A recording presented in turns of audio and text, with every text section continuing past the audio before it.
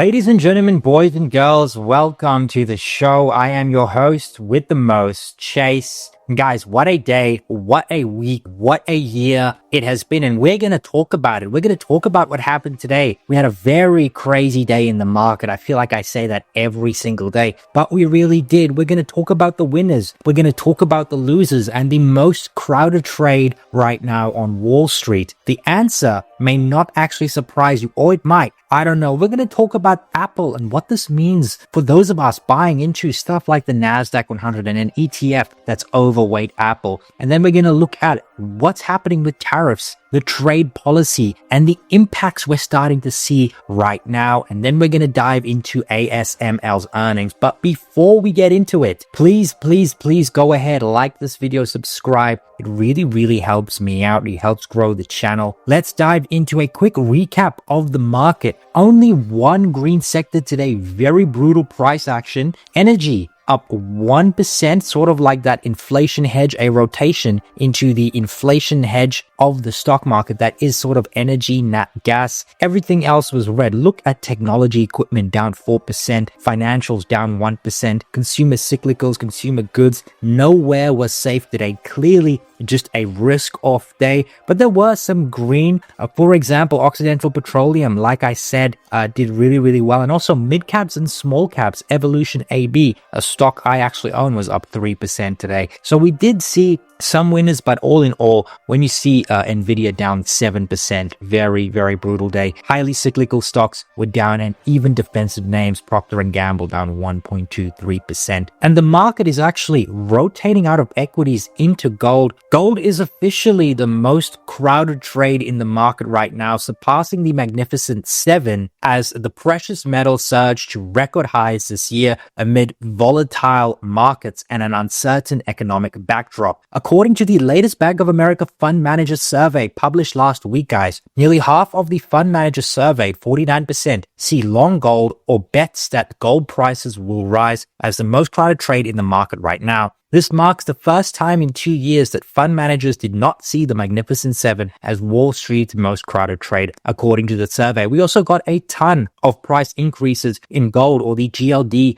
ETF. Goldman Sachs now forecasting 3,700 at the end of the year, and in an extreme scenario, 4,500. UBS expects an average of 3,500 next year as well. All in all, the market continues to expect gold to go up. I'm not quite as bullish on banks, but the market is, and there is something to be said about that. And part of the reason why we're seeing this surge actually has to do with Chinese gold ETFs. You see, tons of people in China are actually trying to get their money out of China. They don't want to hold Chinese currency. The Chinese government won't let them. But what the Chinese government will let them do is buy gold, and that is why we're seeing gold ETFs continue to surge in China. Tons of people buying gold. Now, at the same time, gold is rising. Apple is falling. It officially has dipped below the $3 trillion in market cap. Quite a stellar rally here in 2021. The majority of this has been multiple expansion, with the multiple expanding from 20 times to about 32 times. Quite insane. Very limited earnings growth. And to be honest, tariffs and all that won't bode well for Apple as a whole. We might see some near-term revenue lifts just because of consumers front-running demand, but consumers are very price sensitive, and we'll see if Apple will be able to pass those costs on. Otherwise, we're due for some multiple compression. And if Apple stays exactly where it is, the multiple will continue to rise as margins compress. And in that case, there could actually be a little bit more downside for Apple, but it has remained very resilient. And over the years, over the decades, any bad news you thrown at Apple has just brushed it off and continued higher. Now, tariffs are the big thing in the market right now. Now, this was reported 3 hours ago. Trump has jumped into tariff talks with Japanese officials. Hails, big progress is being made. We are seeing stocks here in the after hours getting a little bit of a lift. It's because of this news. And if we get a trade deal from Japan or one of these bigger countries, that will signal to market that huge progress is being made. And then stocks can make their next leg higher. At the same time, the US plans to use tariff negotiations to isolate China. The strategy involves urging these nations to prevent Chinese firms from operating within their borders and to block China from routing goods through their territories to circumvent US tariffs. This approach aligns with former President Trump's recent statement that countries must pick between the US or China, indicating a strategic effort rather than just rhetoric. So Trump really wants to go to war with China. He believes they can win, and he believes the world will pick the US. We'll see if that is the case. But we are starting to see the flow-on effects of tariffs. TSMC said they're going to hike their 4nm pricing by 30% ahead of tariffs and due to tariffs. And we're seeing US clients scramble under tariff pressure. And again, this is going to provide near-term uptick in revenue in maybe Q1, Q2 as this earnings season comes through. However, we'll have to see what this does to margins and overall demand in Q3, Q4, and into 2026. We also got a report from Ford. They were talking with their dealers looking to raise prices. And ultimately, what we are going to see is a price shock because of tariffs, especially with Chinese goods, because some of these tariffs, 145%, is just absolutely insane. And I don't know how the consumer is going to respond. Retail sales look fairly resilient, but we'll see what the outlook is for the consumer. In the year and now, things don't look too good in the tariff front. On the topic of semiconductors, let's talk about a company that reported earnings, ASML. This is like a Twitter favorite. Everybody seems to be long this name. And the stock was actually down 5% on the back of its earnings. So a bit of a sour reception after what I would call fairly robust earnings for a business. But again, it's all about consensus expectations. ASML reported $7.7 billion in net sales. That is 46% growth, by the way, 54% gross margins. Again, the analyst expectation for this was 52.4%. So this actually beats the overall expectation. However, net sales missed ever so slightly by $100 million.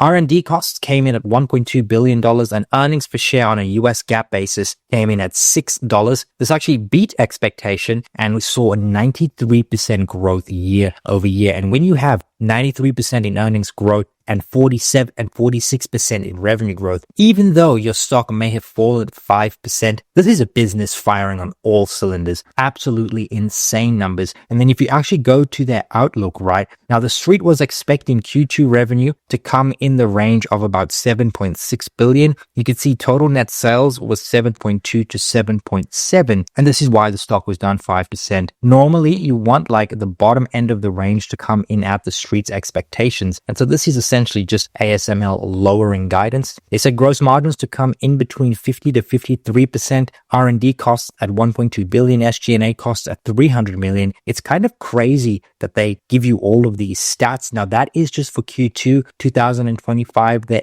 full year guidance actually remained as is between 30 and 35 billion. That is such a wide range. And I'm assuming they're saying, hey, worst case scenario, tariffs and a lower demand, we see 30 billion. Best case scenario, the AI trade continues with gross margins at 51 to 53 and an annualized effective tax rate at around 17%. The CEO had quite a number of comments, which was really great. He said, our first quarter total net sales came in at $7.7 billion, in line with our guidance. Gross margin was 54% above guidance, driven by favorable EUV product mix and the achievement of performance milestones. Very interesting to see that happening in their business. In the first quarter, we shipped our 5th high-NA system, and we now have these systems at 3 customers. I'm assuming that's TSMC, Samsung, and Intel. Our conversations so far with customers support our expectations that 25-26 will be growth years. However, the recent tariff announcements have increased uncertainty in the macro environment, and the situation will remain dynamic for a while. As previously shared, artificial intelligence continues to be the primary growth driver in our industry. It has created a shift in the market dynamics that benefits some customers more than others, contributing to both upside potential and downside risks reflected in our 2025 revenue range. So the reason why they actually gave this range is because they see 2 scenarios. They see like a business slowing because of tariffs and then the AI trade. And if either one of these play out,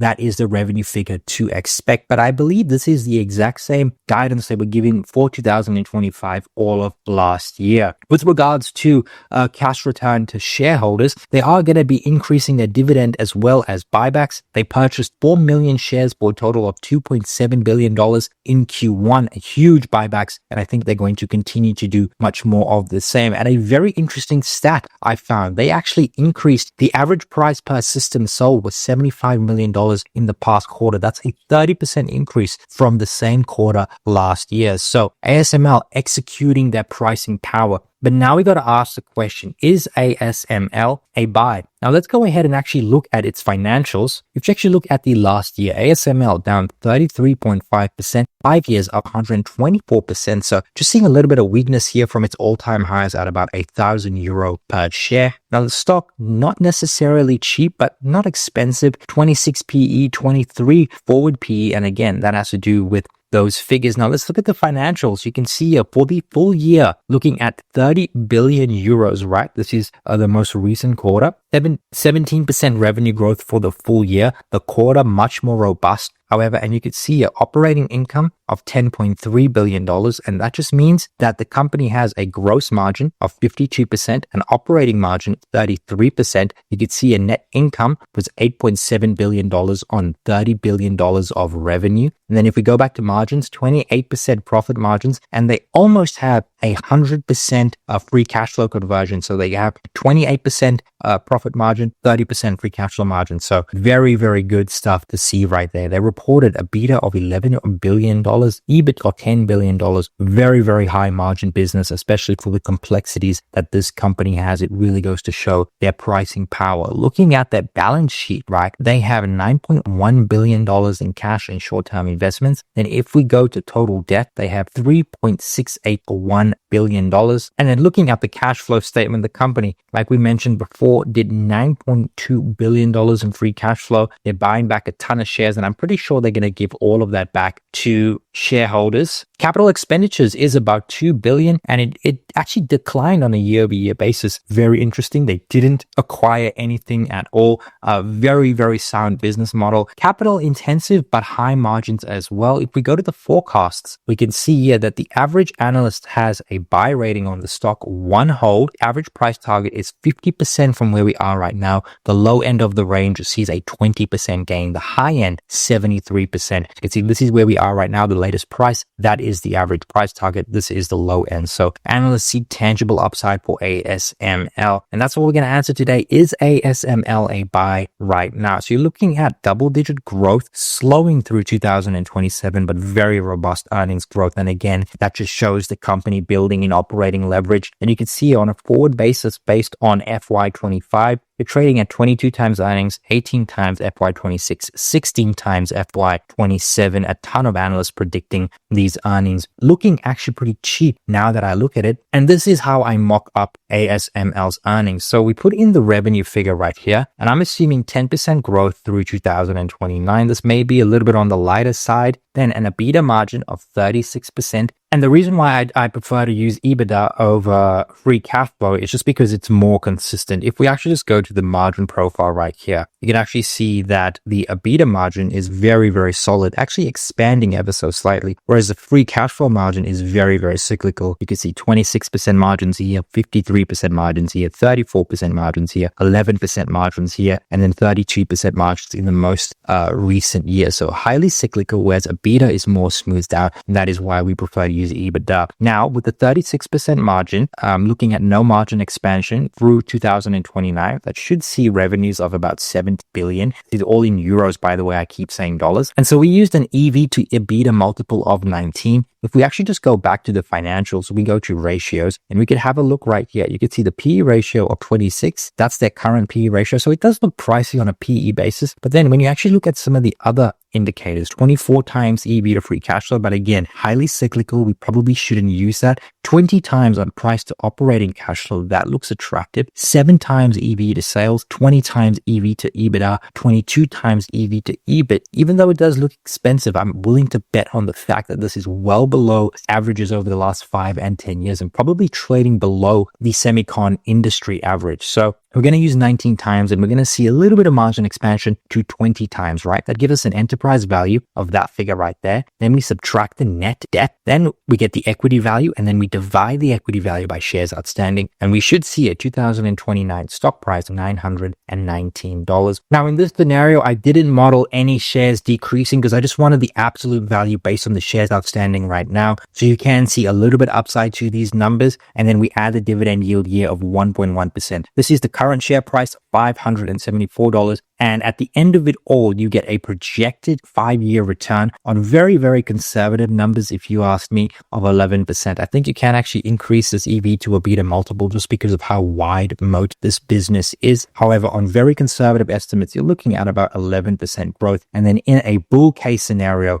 where we actually see like $35 billion of revenue in 2025 and maybe close to 55 in 2029. In that scenario, the stock is probably trading very, very cheap and you probably see 13, 14, maybe 15% as a compounded annual growth return. So is ASML a buy right now? I would say it's probably closer to a hold. I would want just a little bit more attractive valuation. Generally speaking, I do like to look for at least a 15% return over 5 years. That would be a double of money. And ASML is just not providing that yet. However, on the absolute bull case, we probably can see those numbers. And given how wide moat this company is, probably not going anywhere anytime soon. Those of you that are buying, I completely understand that. But guys, if you've made it up until here, thank you so much for watching. If you like this video, please subscribe, hit the notification bell, as well as the like button, and leave a comment for the algorithm. Cheers.